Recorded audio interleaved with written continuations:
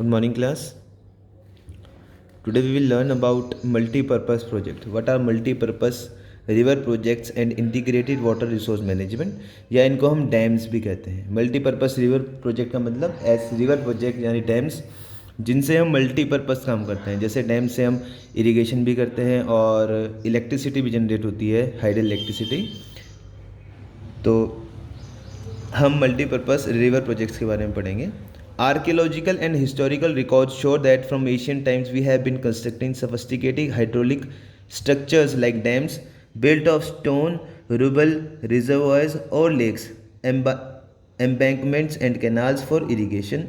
तो आर्कोलॉजिकल जो और हिस्टोरिकल रिकॉर्ड्स हैं वो शो करते हैं कि पुराने टाइम से इंडिया में वाटर को कंजर्व करके या उसको स्टोर करके या उसको रोक कर रखा जाता था. इनको हम रिजर्वोयर, कैनाल, लेक्स या फिर एम्बैंकमेंट्स भी कहते थे. Hydraulic structure in ancient India. अब एंशियंट इंडिया में कौन कौन से हाइड्रोलिक स्ट्रक्चर्स हमने देखे हैं.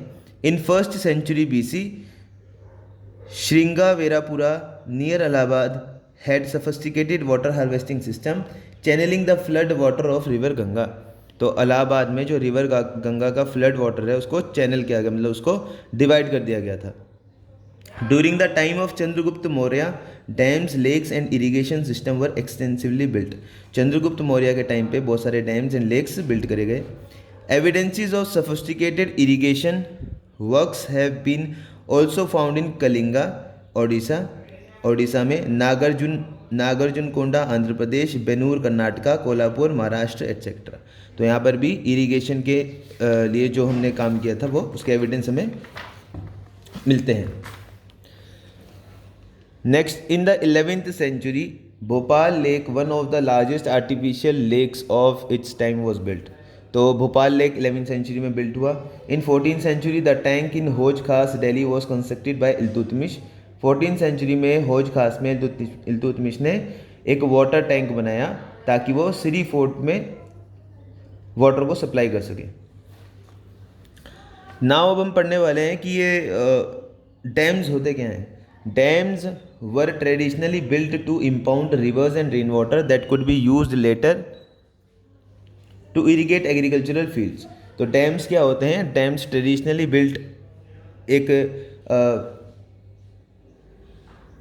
जो रिवर्स या रेन वाटर के पानी को कंजर्व करके या रोक कर रखते हैं ताकि उसको बाद में इरिगेशन या एग्रीकल्चर के लिए यूज़ करा जा सके. Today dams are built not just for irrigation but for electricity generation.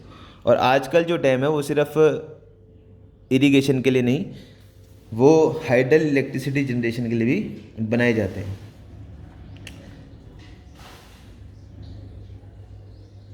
Water supply for domestic and industrial use. Industry और डोमेस्टिक यूज़ के लिए भी हमने डैम्स बनाए हैं. फ्लड कंट्रोल के लिए भी डैम्स बनाए हैं. फिश ब्रीडिंग के लिए भी हमने डैम्स बनाए हैं. Hence dams are now referred to as multipurpose project. और इसलिए हम डैम्स को अब मल्टीपर्पज़ प्रोजेक्ट कहते हैं. Where the many uses of the impounded water are integrated with one another. For example, Satluj Bias River Basin, the Bhakra Nagal project is being used both for hydel power production and irrigation. तो Sutlej Beas river basin और भाखड़ा नागल, जो Bhakra Nagal dam है उस वो सतलज और बियास के ऊपर बना है, उसका जो पानी है वो हाइडल पावर जनरेशन के लिए और इरिगेशन दोनों के लिए यूज़ होता है. Similarly Hirakud project in the Mahanadi basin integrates conservation of water with flood control. तो हीराकुंड जो महानदी बेसिन में है ओडिशा में, ये क्या करता है, फ्लड कंट्रोल करता है और कंजर्व करता है वाटर को. Jawaharlal Nehru proudly proclaimed that dams as the temple of the modern India. Jawaharlal Nehru ने कहा था टेम्पल्स जो हैं, डैम्स जो हैं, they are temples of modern India, क्योंकि development and of agriculture and village economy will rapid industrialisation and growth of the urban economy. क्योंकि dams की वजह से ही हम एग्रीकल्चर कर पाएंगे, अपनी इकोनॉमी को अच्छा कर पाएंगे, इंडस्ट्रियलाइजेशन होगा और अर्बन इकोनॉमी में ग्रोथ होगी. A dam is a barrier across flowing water that obstruct directs or retard the flow. तो डैम क्या होता है, एक बैरियर होता है, जैसे इसमें दिखाया गया है पिक्चर में, एक बैरियर होता है जो पानी को रोक लेता है. Dams refers to the reservoir rather than the structure. Most dams have a section called spillway or weir over which or through which it is intended that water will flow either intermittently or continuously. तो हर dam में एक wear या spillway जरूर होता है जिसमें से पानी कॉन्टीन्यूसली फ्लो कर रहा होगा ऐसे नीचे। Dams are classified according to structure, intended purpose और हाइट। डैम्स को हम स्ट्रक्चर, उनकी हाइट और पर्पस जिसके लिए वो बने हैं उसके हिसाब से क्लासिफाई कर सकते हैं। Based on structure and material use, dams are classified as timber dam, embankment dam और मेसनरी डैम। ठीक है, 3 तरीके के डैम होते हैं, टिम्बर डैम, एम्बैंकमेंट डैम और masonry dam. According to the heights of dam can be categorized as large dam and major dams, or alternatively as low dams, medium height dams and high dams।